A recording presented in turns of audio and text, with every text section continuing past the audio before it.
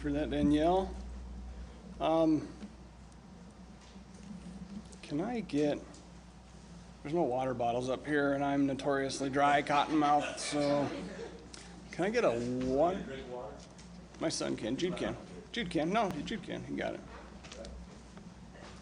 I was looking, I was like, oh man, I'm getting drier by the second. Thank you, Danielle. That was wonderful. I think we're up and going in the back. I don't ever use PowerPoint, so this will be a first for me, but hopefully I'm able to sort of do both. I'd like to kind of learn and try at least to do it. But there's a lot to go over, and so this is officially part one of hopefully what will be a long-form study as I understand it, it is revealed to me. I'm hoping to put it down in writing and then be able to share it, and that's kind of my hope of the book of Proverbs. Now, it was my hope, it was my original intent was that I was planning to revisit the red herring sermon, the sermon that I preached that kind of, I would like to drink it up here. The sermon that I had preached, and I'll kind of give a quick synopsis on that. Appreciate that very much. I'll give a brief synopsis on that.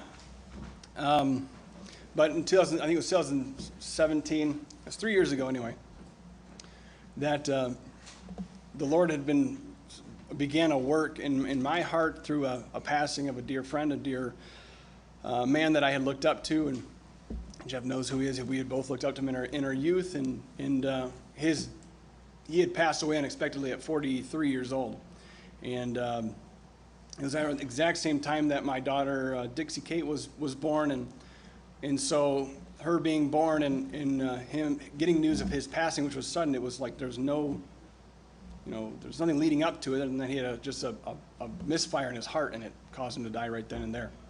And mourning a death and then rejoicing in a life, that was just a very confusing time for me, and I asked the Lord to give me some guidance. I needed guidance. I don't know what I needed at that point, but I needed some type of guidance, and the Lord brought me to the book of Proverbs, and understanding that the man that had been an influence in our lives had strayed and left his family, and he departed from the Lord altogether, and was not living right. When he died, he was not even fathering his own house. He was not even with his family, but was completely opposite, opposing what he stood for all the years that we knew him. So he wasn't even recognizable to us anymore. But he died in that sin, and so the Lord brought me to the book of Proverbs, and I started to learn a lot of things in the book of Proverbs. A lot of things were applicable to that scenario and that situation in my life, and I just had this overwhelming, it's like God was continually giving me something. It's continually like whatever it was that I needed, God would show me, and it was over and repetitious, and it was such a sweet. I mean, we have these mountaintops in our life, right? And that we come to the Lord, and the Lord kind of shows us some things and allows us to grow through those things. And I had not preached at any given time recently at Shiloh, and Brother Woody randomly had asked, would you like to preach? And I know that I knew Proverbs at that point, what I was studying, and I thought, well, this is an opportunity that I should probably, Lord's probably doing something here that I need to definitely not ignore. So I preached the sermon, The Precious Life, and that was dealing with Proverbs, right? Using the life of Solomon and all that that was in the first roughly 10 chapters of Proverbs. And so anyway, what that led to was that night, Brother Woody got up and he's like, John, that could be a movie. And we had been struggling with we wanted to do another film like The Trial, and I had been struggling with how to make that make sense. Like, what was it going to be about? And there was a lot of things I didn't understand that Brother Woody wanted to put in there, and I wasn't. But as soon as he got up here and said that could be a movie, that was the origin, the beginning of what we now know is soon to be released, The Red Herring. And so all that preface, just to kind of say I wanted to re-preach that sermon. I wanted to go back to the precious life. I wanted to kind of revisit it with different perspective 3 years later, having been through the making of the film and what God has done through that film. And it's not even out yet. I don't, what I mean is that we've seen God's hand through it, and some of the people that have been cast have shared stories with us and how, this same thing has influenced or has happened in their lives. And I better just stop there. It was God's timing that the red herring film came into an existence, and it's God's timing that it came to fruition. And I pray that in God's timing we will be able to get it out right when it is meant to get out. And I mean that from the depths of my heart. I know that I really want this out, and it's overwhelming. I just want to get it out. I want it to, because I'm afraid of missing something, but God knows everything. And he has his timing. So anyway, all that to say that I started to relook at the book of Proverbs and go through the old sermon notes, and I started to realize that I was reading it and things started to stand out in a different way. Things that spoke to me the first time that I had gone through it were still there, but new things have been added on top of that. And I started to understand it differently, and I had like a moment of, let's go to Proverbs 1 so I can drink. Proverbs 1, we'll start there. But I had a moment of somewhat of a, I don't want to call it, it wasn't a panic, right? But it was definitely something like, okay, are we doing something here that is not the Lord's will, right? Maybe it wasn't. Maybe I didn't fully understand when I was putting the script together, but I started to understand Proverbs as I went through it again, and it only took me the first few, within the first 6 verses, I understood what was happening. And that is to understand that there is a hierarchy in the meaning of Proverbs. And so that's kind of what I want to go through. And it's my hope and my goal that by the end of this that we would have somewhat of a accompanying study guide that could help or aid when watching the film. God has put things in that film that I did not know were there when writing and shooting it even. But I look back now, I can look back at the Proverbs and I go, that's here and that's here. This is like this in the film, but there's a hierarchy. There's another meaning to this little thing that we just thought it was something small. There's a greater meaning to it that we didn't intentionally, God put it in there. God placed it in there. So, and I'll be honest with you, it's massive. There's a lot to go over in Proverbs. There's a lot, and here's the thing. So when you read Proverbs, people love Proverbs, right? It's like Psalms and Proverbs. They kind of are, people read them both. They're great, and they, can lift up your spirits and so on. But if you can understand something about Proverbs, it does do that on a I don't want to say an emotional level, but a basic level, I guess. But there's a deeper truth there that speaks to individuals that have progressed in their walk. And so there's a hierarchy there that you have to adhere to, but it also gives you a little bit of a path. So I want to come to the fullness of the understanding of Proverbs. Well, you got to stick to that path. And so anyway, there's a lot to go over, and I'll be honest with you, this is something that I started going over the sermon, the Precious Life sermon, and that was my plan up until, I want to say roughly about 2 weeks ago, this started to unfold. And so this is just in development. So I'm going to give you, I'm going to sort of lay the groundwork right now for what I'd like to dive into later. But we have to first understand who Solomon is writing to, and we have to understand how these men in the book of Proverbs are to perceive wisdom, or to perceive understanding, or to perceive knowledge. And so let's go to Proverbs. Okay, we're in Proverbs 1, okay? And we're only going to make it today, I think we're going to make it to verse 19, and that's about the extent of it, because there's a lot to dive into there, and there's different individuals within the book of Proverbs that Solomon is writing to. You know what? I have different notes I want to make sure I abide by here. But to understand the book of of Proverbs, you have to understand who Solomon is. And so Solomon being the king, the son of David, Solomon was given a gift, and the gift by God that no man in this world other than Jesus Christ himself had access to, and that was wisdom. And it's interesting when you read Solomon's writings, and then you can take the life of Jesus, and you can look at how they wrote Jesus, what Jesus had spoken. They're very similar, right? So Solomon wrote a lot like Jesus spoke, and that's something to think about, because Solomon was given wisdom, unlike any other man, except for Jesus now comes to this world without the sin nature. And we have, there's a lot of parallels in the writing. So when we look at if you can understand the writings of Solomon, understand that there's layers and there's depth to his writing, you'll look at the life of Jesus and you look at the words that he spoke, and you'll see there's actually a lot more, it's deeper. And this is what confounded the Pharisees. And I don't want to get ahead of myself, but, they speak very similarly. And so it's important to pay attention to that. But Solomon was given that gift, and no man would ever, other than Jesus, right, would ever attain to that level of wisdom or that level of knowledge or understanding. And so Solomon now takes his life and he culminates. So we got the book of Proverbs, and this is basically, the book that is a fantastic guide in our life. It's a fantastic book on so many levels of application in our own lives. But Proverbs is deep and it's very rich. And the thing is, if you don't understand where you land on the hierarchy, and I don't know if that's the right word, and I might change that word because I don't know if that's the right word to use. But if you don't know where you are spiritually speaking, you could take Proverbs at a soil level and walk away. That's what Solomon meant. But that's not all what Solomon meant. So you got to understand that is something to be attained, and wisdom is something to be. Anyway, we'll go through this. But first thing you got to do is you have to look within yourself. You got to look at yourself. You have to look at where you are spiritually speaking. Where am I?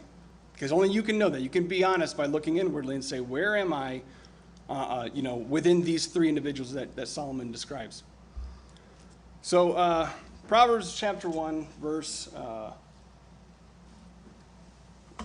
1. The Proverbs of Solomon, the son of David, the king of Israel. To know wisdom and instruction. This is the purpose of writing Proverbs. He says, to know wisdom and instruction, to perceive the words of understanding, to receive instruction of wisdom, justice, judgment, and equity. Now, this is the basis. This is why he's saying this is why we write. This is why I'm writing the book of Proverbs. Now, who is he writing to? Now, he says right here, to give subtlety to the simple, to the young man knowledge and discretion. That's one man. A wise man, this is a short one, but a wise man will hear and will increase in learning. That's the second man. And a man of understanding shall attain unto wise counsel. So there's three separate individuals that Solomon lays out. Okay, and that's important because you can easily brush over that and go, okay, yeah. But you got to understand there's a reason he's laying this out at the beginning of the book. And so in order for that to make sense, we have to look at how these three individuals perceive the following text. Right? You have to look at the following text and you got to understand that these three individuals that he's describing are going to get something out of my writing. He's going to be able to write, and he's going to be able to speak to all three of them on completely different levels. They're all going to absorb it. Doesn't mean they have different meanings. They have one meaning, but they perceive it differently. And it applies to them in their specific walk in their life. That's how you can read the scriptures and go, I read that over and over again, and I read it, 20 years later. Teaser. That pop up on that screen too? Okay. You can read it again and go, I got something different out of this time. Sorry, that really got me distracted. Okay, so anyway, first thing he does, he lays up this young man. Okay, so we have this young man. Okay, and this is what we would look at this as a young person. But the more I think about these three individuals, yes, it is young man. When we equate youth, youth means you have to understand, right? You are without understanding. You have to develop that understanding. That is where you sit in your youth. And so that's why we think young meaning inexperienced, right? We have to attain those things. So we think this young man. But I was actually speaking to Caleb the other day, and we were talking about it. Everyone has seen an older gentleman that is a fool. And I don't mean that disrespectfully. I mean legitimately. There are older individuals in this world that act like children. And so that would tell me that this is not necessarily an age thing as much as it's an experience thing. So you can be the young man in this body. You can be the young man and not be the young man. And I don't mean just male is how he applies and using it in the text of Solomon, young man, woman, you know what I'm saying. So you could be the young man. You could be the man without the following. And so what does the young man struggle with? Here's the thing. He begins, after saying, here's what Proverbs is for, he begins and says he wants to give subtlety to the young man. So that's a really important thing to look at. Why is it that he wants to give? Why is it that the first thing that young man needs to have is subtlety? Why is it important for the young person to have subtlety? And it's all on there. So we think of subtlety. When I say subtle, and you think of it in terms of Scripture, what's the first thing that comes to your mind? Yeah. What? Subtle. Think of subtle. What I think of is serpent. Think of the serpent, right? That's how the serpent is described in the Scriptures, is subtle. So when I think of subtlety, and that word right there is the exact same meaning. It's craftiness. So why does the young man need to learn craftiness? When you think of the serpent, it's crafty, right? He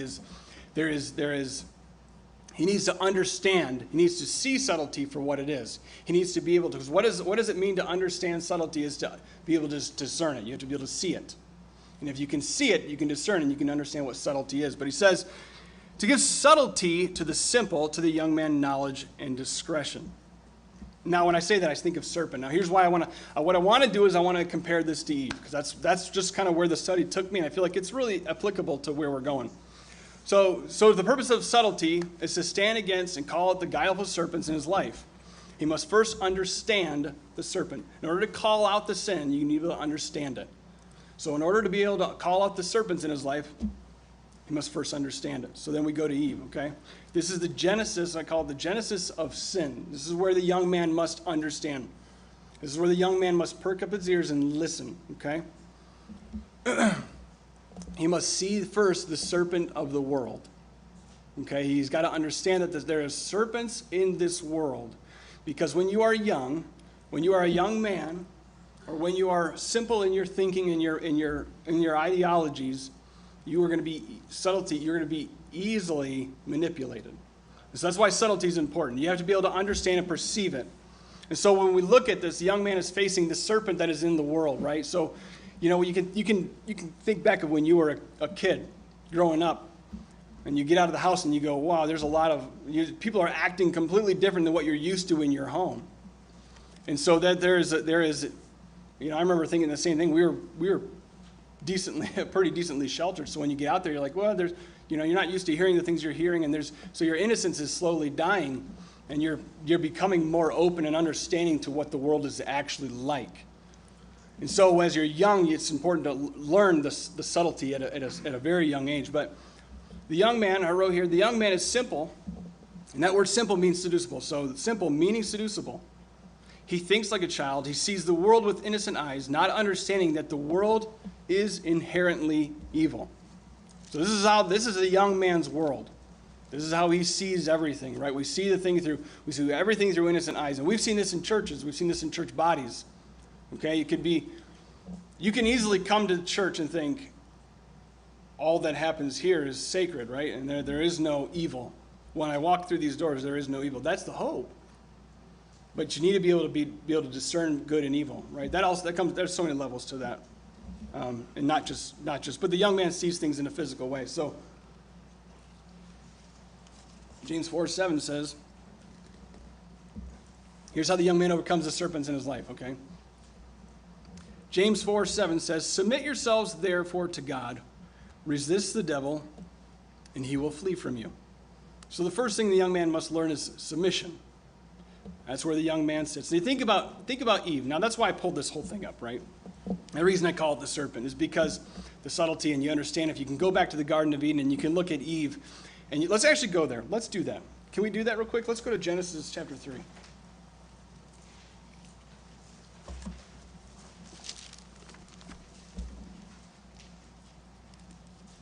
All right, hopefully I can get back to here.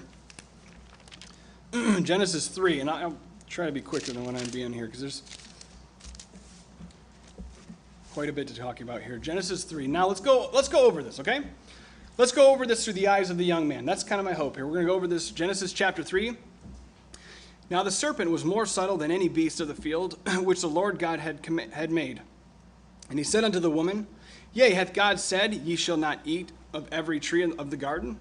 And the woman said unto the serpent, We may eat of the fruit of the trees of the garden, but the fruit of the tree which is in the midst of the garden, God hath said, Ye shall not eat of it, neither shall ye touch it, lest ye die.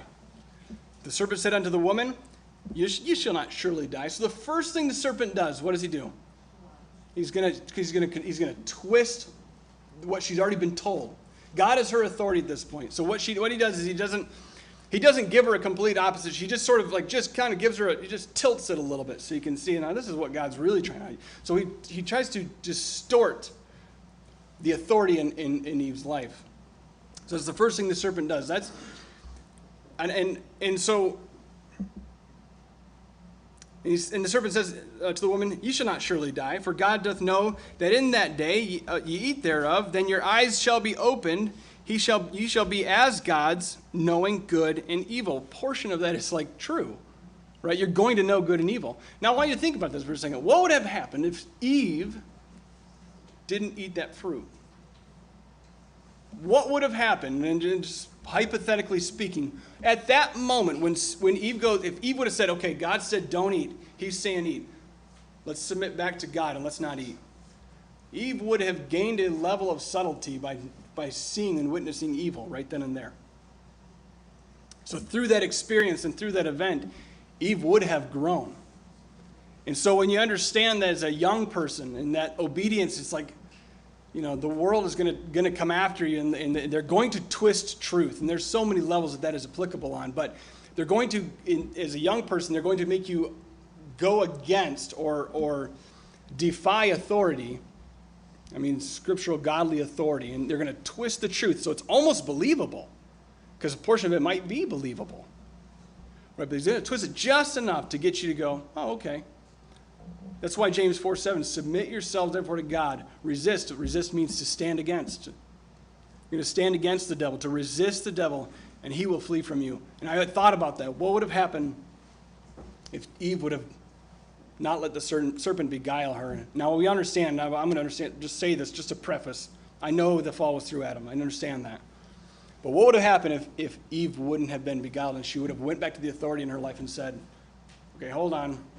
He says this, he's saying this. She would have understood evil. It's interesting to think, but why is the tree called the tree of good and the knowledge of good and evil? There's a lot there that's well, if she would have said no, this is hypothetically speaking, back to Proverbs. Let's go back. If you're not there, I'm there. Proverbs 1. We might hop back and forth. I'm not sure if we might hop back and forth though. The wise man. I love this because there's a lot spoken in very few words. Now, when we look at the wise man, there is so much spoken in this moment, in these very few words.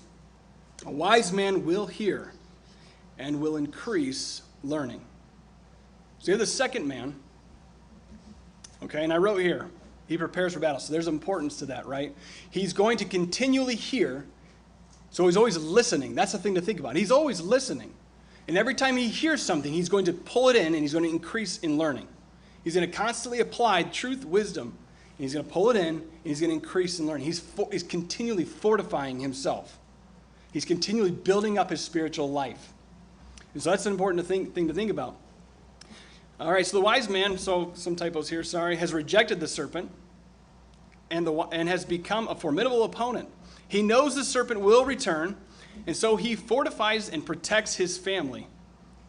He builds his structure using only the strongest materials so that it will withstand the storms when the serpent returns. So understanding that the serpent that beguiled Eve, we're going to go back to that image, okay? Because it's all there. Okay, it's all right there when Eve was with the serpent. But he understands that the serpent, the serpents of the world, he has rejected. He has fortified himself. He is pulling in wisdom. He is constantly refortifying his structure. He is constantly building. And so when we go back, he understands that there's not just the genesis of sin, but there's the genesis of the serpent. Okay? And this is interesting to think about when you think about the Garden of Eden. Let's go through this and I'll get to that. So the serpent, he understands that there's a serpent of the heart. Okay, the wise man, I don't know what I wrote there. Has faced? Has Laura? The wise man has faced the serpents of the world because of his obedience, they have fled, but only in part because he secretly knows of a greater serpent, the inherited one within his heart. This is why the wise man continually builds his structure. He continually builds and fortifies himself, pulling in every ounce of wisdom and pulling in every ounce of truth that he can grasp his hands on to build and mortar up the walls within his own castle, within his own, to protect his own. And so the wise man is continually understanding that because he knows this isn't a physical battle, but this is a spiritual battle. And I think it's interesting. I was thinking about this. Why is it that this image that is painted, and you got to think, it's very visual. We can't look at, you look at this image here. This is visual. We've seen so many images of the tree. We've seen so many images of the serpent, the fruit, the Garden of Eden, what that looked like. It's a very visual lesson. But the thing, I find it interesting that the thing that would have pulled Eve down, or would have began this corruption, was partaking, is consuming. Is that she was beguiled by him. She had to eat the fruit. Adam had to eat the fruit and accept it inwardly. Why is it eating? Why is it that you have to take this fruit and bring it in? And so I think this is a pretty powerful image within that when you have like the venom pouring onto the fruit and it's inward. She is accepting evil in her life. And so the wise man understands that he has inherited that exact same evil that is internal within his own. It's inherited, right? It's from the legacy. It's from the mother and father of us all. And so that evil, that they partook of that, and that is now within him. The serpent is always there. It's not just the world, right? But you start to get older and the world begins to pull at you a little bit. And it starts to awaken something that's inside of you. And you start to recognize there's actually, the evil that I've been told to ignore is actually here. It's inside me. It's the same evil that I've been trying to, been told to ward off. It's within me. And so the wise man pulls in truth and he pulls in wisdom continually so that he can keep that all at bay. John 8:44 says, "Ye are of your father the devil, and the lusts of your father ye will do. He was a murderer from the beginning, and abode not in truth, because there is no truth in him. When he speaketh a lie, he speaketh of his own, for he is a liar and the father of it." So when the wise man fortifies and builds his structure, what is he doing? So when you look at the serpent here, this is not about Eve. Like, this image is not about Eve whatsoever. What it's actually about, it's about Adam. It's about the murder of her children murdering each other. It's about the fall of mankind. It's about you and I today. That's what this image is about. That's what happened here. It wasn't just, I want this one person. It's everything. So what the wise man does, he builds himself up to protect not only himself, but so that he won't harm others. Right? He builds and fortifies the castle, or his internal strength, pulling in wisdom constantly because he understands that his life can also hurt the individuals around him. All right, so we have the wise man who understands that the serpent is within his own heart, and that's a level you have to, when you read. And this is the thing, I'm setting this up, guys, so that we can look at the three individuals, and so that we can read the following passages, and you'll understand the three individuals throughout. Does that make sense? Hopefully it does. So let's go the fool. I think we're still in Proverbs. So Proverbs 1. So we're going to get into the man of understanding, but I want to kind of go through this next portion before we get understanding. It is so rich and so deep. I really have enjoyed the book of Proverbs. But I want to go through this next portion because it really applies to the young man and the man of wisdom. Okay? And we'll jump back to number 6 here, but we're going to jump right straight to 10. Now Solomon moves on, and he starts to preface his son. He says, 10. He says, my son, if sinners entice thee, consent thou not. We've already understood this in the young man, have we not? Consent thou not. If they say, come with us, let us lay wait for blood. Let us lurk privily for the innocent without cause. Let us swallow them up alive as the grave, and whole, as those that go down into the pit. We shall find all precious substance. It's a very important word. We shall fill our houses with spoil. Cast in thy lot among us. Let us all have one purse.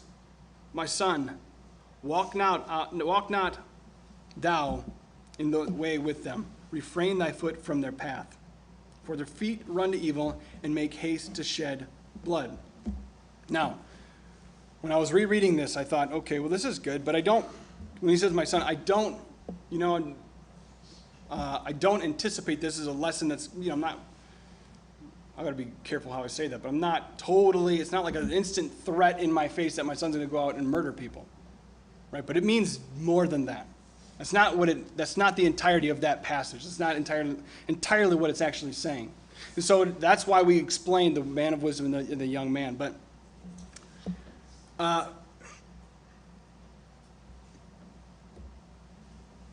okay. So let's go. Let's continue reading. Let's go through this, okay? So you understand that the young man he understands this. So if you read it from a child's perspective, you can read that at face value and say, okay, so I'm going to avoid these people that are laying wait for blood. I'm going to avoid people that are saying, let's swallow them up alive as the grave. As the whole, as those that go down to the pit, we shall find all precious substance. They're out for bounty. They're out for booty. They want people's, what their precious treasures. They want to pull them in. They want to kill the people and take everything from them, right? So that's what the young man says. Don't join that group of people that's running around town that's going to, murder innocents and pull in the wealth. That's so many applications in and of itself today, but don't join that. That's what he's saying. So that's to the young man. Now here's another important part. Here's how the wise man is going to perceive this. In verse 17 it says, surely in vain the net is spread in the sight of any bird. Now that was something that I had to read over and over again to try to understand. Like, surely in vain the net is spread in the sight of any bird. And I read it over and over, and it's like, it's not clicking with me. But here's what it's saying, okay? Through the help of John Gill, I understand what it's saying. Cheat sheet, I understand what he's saying here. What it's actually saying here, okay, is that if you can paint the image for you, I wanted to up here, but I don't have it. But if you understand this picture, is that the net is spread. The seeds or the corn, whatever it is that the bird is eating, is spread in the middle. The bird doesn't care about the net, right? Because it just runs. Now he's describing on the first level, we have the young man. He's describing that as the fools in the sound that are killing and murdering. Okay, we understand that. They're the ones, they're so greedy and they want so much that they don't care what happens, but ultimately it's to their own demise. Right? So the bird goes after the seeds and the net is sprung, doesn't even care about the net. He knows the net's there, but just goes after this. But what the wise man says, if you go to verse 18, says, and they lay wait for their own blood, they lurk privily for their own lives. Now that application, which you understand what the wise man would see this as the dual nature of man. And so that you can, if you're not careful, when we're talking about that subtlety, and going into how the wise man sees the inward serpent, and the fact that you can allow sin to creep in just enough, and that you can get so tunnel vision. What it does is and you think about even the garden, it just twists a little bit of truth, and it's just enough to get you to believe a lie, and that lie is so compelling that now you can get so tunnel vision and fixated on something that you believe it as truth, right? And they believe this thing is truth. So it's after these it's after the seed, right? You believe this is truth, or in your own mind this is truth, and this is how people, can sway. This is within you. This can happen to you, that you can actually chase after something that's not truth, that's actually anti-truth, and the goal of that, the importance of that is listed, or the reason that is there is listed prior. So in verse 13. So verse 13 says, we shall find all precious substance. Now, if I'm the wise man, I'm going to look at that differently. I'm going to say this serpent is evil. And I'm going to see precious substance, and I'm going to compare that to gold, silver, and precious stone instead of wood, hay, and stubble. And so it's after that precious substance that is a culmination of my life. And that is why I build, and I continually take wisdom, and I continually take truth, and I try to better myself. And I'm constantly trying to find where I'm weak. And I'm constantly looking for the chinks in my armor so that I can, at some point when this serpent comes back, right, I'm not in a state that I can't even defend myself. Because you can get so tunnel vision and you can completely abandon truth that you are not even a recognizable person anymore, and that you are tunnel vision towards that which is going to kill you. And the whole hope of that, the entire hope of that, is to steal your precious substance. And that precious substance isn't money, right? To the simple it is, right? To the young man, that's money, right? This is a bad group of people that wants money and is going to murder for it. They want to murder, and they want to stop you from completing the will of God in your life. That's how the wise man reads and looks at this whole thing. They want your precious substance. And you want to, basically, if I could use this, it's like you work towards the end of your life, gold, silver, and precious stone, and you want to build this, right? But it's like but what you're doing is you're looking over back towards that seed where the trap is at, and you're trading a little bit. You give a little bit of gold for a little seed, and you do wood, hay, stubble, and you're constantly trading what could be the culmination of your life. You are trading for wood, hay, and stubble. And so this is all internally. This is internally speaking. This isn't a physical person that's trading your life. You are doing this to yourself. That's how the wise man has perceived this. That's how he sees this. So the fool is subject to the serpent, continually subject to the serpent. He's not saw him in his youth. He doesn't see him in his wise years. And so I'm going to try to get through the rest of these because there's a lot to be spoken.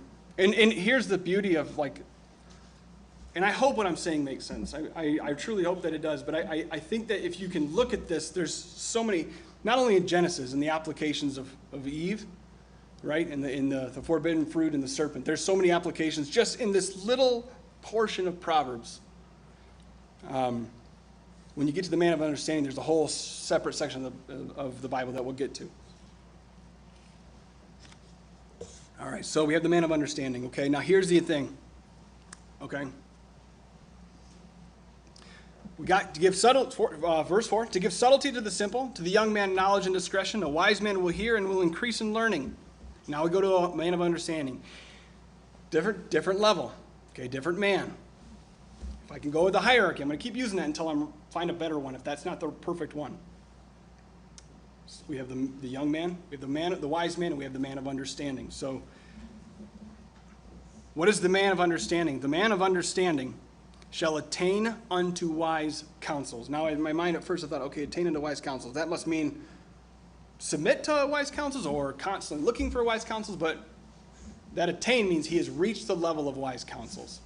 That's what he has attained. He has reached the level of wise counsels. If you understand what that wise counsels is, we'll go through, okay? So he shall attain unto wise counsels. Now here's, within that, to understand a proverb and the interpretation, the words of the wise in their dark sayings. This, to me, is an age-bound thing. And it doesn't happen to you until you, Brother Wade talks about the furnace of your 40s. I kind of would lean towards this would probably, you can attain unto understanding once you've completed that. That's how I would view this, right? So the man of understanding has gone through, he has raised his family, he has experienced a lot in the world, he has fought off the serpents for him of his youth, he has fought off the internal serpents, he's got a decent control on that, Now, because we are flesh, we are always susceptible. So don't get me wrong. He's not reached perfection. But he has been through this and been through those experiences, that he has reached a level, and he has attained unto wise counsels. He has the wisdom, and that wisdom is for this, is to understand a proverb and the interpretation, the words of the wise and their dark saying. This alone, that portion alone, just understanding what the man of understanding, the gift that the man of understanding has, that portion alone explains everything that I've just said. Because what Solomon is saying is that to understand a proverb would mean that's not totally understandable all the time, right?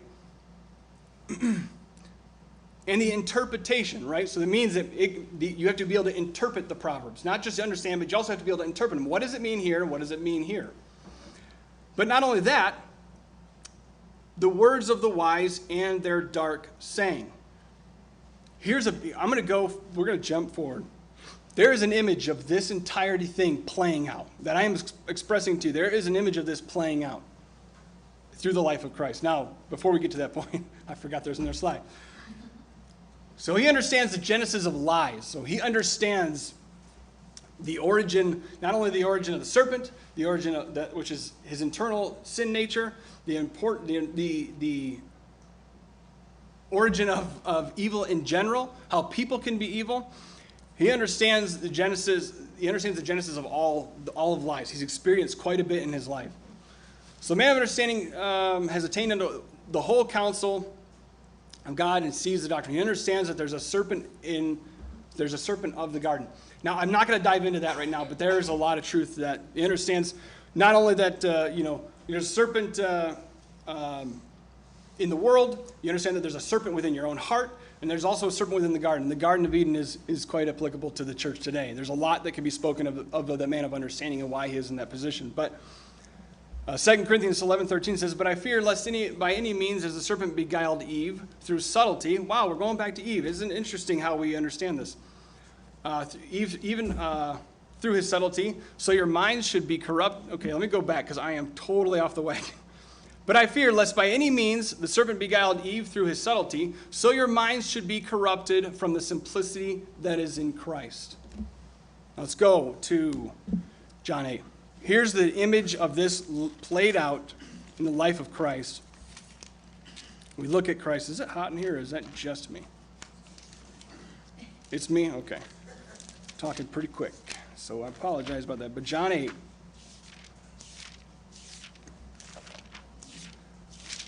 I thought I would just be reading from the PowerPoint, but I'm not. I anticipated I'm going to go over here and I'll read this, but now I feel like I got to read it from the. Okay, sorry. John 8, verse 2. Not there. There. Okay, so John 8 and verse 2 says, "And early in the morning he came again into the temple, and all the people came unto him, and he sat down and taught them.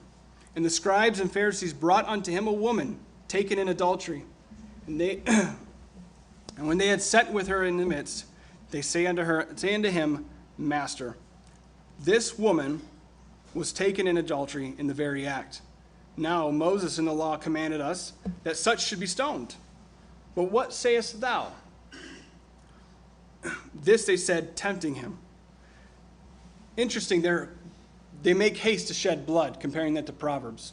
Quickly, they're making haste to shed blood. Now, so when they continued asking him, I make sure I'm not. Okay, so this they said, tempting him, that they might have to accuse him.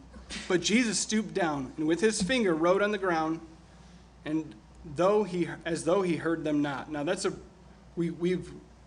everyone speculates on what he wrote. Nobody really knows, right? You can only speculate on what he may have wrote. And I'm not going to begin to even just tamper with that. But he wrote something there in the ground. So these guys are coming quickly to him. They're making haste. This sounds a lot like a fundamentalism. But they make haste to shed blood. They make haste to cast stones and just put an end to this. And they want to catch Jesus. They're hoping to just kind of befuddle him a little bit. And so this is explained, right? So they're making haste to shed innocent blood. Verse 7. "So when they continued asking him, he lifted up himself and said unto them, He that is without sin among you, let him cast a stone at her. And again he stooped down and wrote on the ground. And they which heard it being convicted by their own conscience, went out one by one, beginning at the eldest, even unto the last. I don't know why it goes that. I haven't really looked at that, but that's an interesting way to state that. That goes to the eldest unto the last. And Jesus was left alone with the woman standing in the midst. And when Jesus had lifted up himself, and Jesus is the picture of the man of understanding here. And when Jesus had lifted up himself and saw none but the woman, he said unto her, Woman, where are thou thine accusers? Hath no man condemned thee? She said, No man, Lord. And Jesus said unto her, Neither do I condemn thee. Go and sin no more. Verse 12 says, Then spake Jesus again unto them, saying, I am the light of the world. He that followeth me shall not walk in darkness, but shall have the light of life. It's interesting that how Jesus handles that entire situation. So if we jump forward, we're going to go to verse 14. Nope, we just read that. Okay, yeah, no, verse 14, it works. So Jesus answered and said unto them, Though I bear record of myself, yet my record is true, for I know whence I came and whither I go. But ye cannot tell whence I came and whither I go. Ye judge after the flesh, I judge no man. And yet if I judge, my judgment is true. For I am not alone, but I and the Father that sent me. It is also written in your law that the testimony of two men is true. I am one that bear witness of myself, and the Father that sent me beareth witness of me. Now I want to jump over to 23. And he said unto them, Ye are from beneath, I am from above. Ye are of the world. Calling out the serpents, guys. Ye are of the world, I am not of this world. I said therefore unto you that ye shall die in your sins, for if ye believe not that I am he, ye shall die in your sins. These are the serpents, and here's pretty soon we're going to see that. Then said they unto him, Who art thou? And Jesus said unto them, Even the same that I said unto you from the beginning. I have many things to say and to judge of you, but he that sent me is true, and I speak to the world those things which I have heard of him. They understood not. That's a pretty important part. They understood not that he spake to them of the Father. They couldn't see it. They had not even began to crack the surface of that hierarchy of understanding. They couldn't see it past their own teachings, their own understanding. They were blinded to that. And so we see this, comparatively speaking, in John chapter 8 when Jesus protects this adulterous woman. And who knows what that woman did beyond that. We can, again, unless someone has insight on that, can only speculate. What happened to that? Jesus saw the potential beyond what was about to happen right here, and he protected her from those that were making haste to shed blood because there was potential within her. And so there's a lot to go over, and we haven't even cracked the surface, the beginning of the film, or got into the film yet, but I wanted to lay that part out because it's already after 6. So I wanted to lay that part out because what I want to do, guys, is I want to get into wisdom and strange. And if you were here during filming, you know what these two characters are.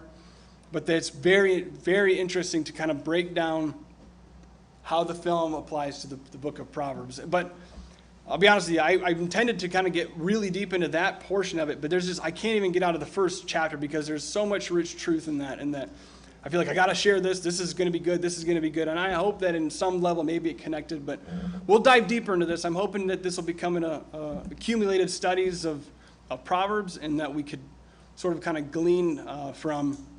And then when we watch the film, maybe the film will speak to us on different levels too. So when we watch the film. Whenever that's going to be. No, I've already said it once. We now just got to get an update. Hey, that's the end of that. So let's just move on to the update. So I want the film to come out in September. September 24th was the original date. And notice that I haven't said anything beyond that. And we can cut the stream, Caleb. Sorry. Bye, everyone.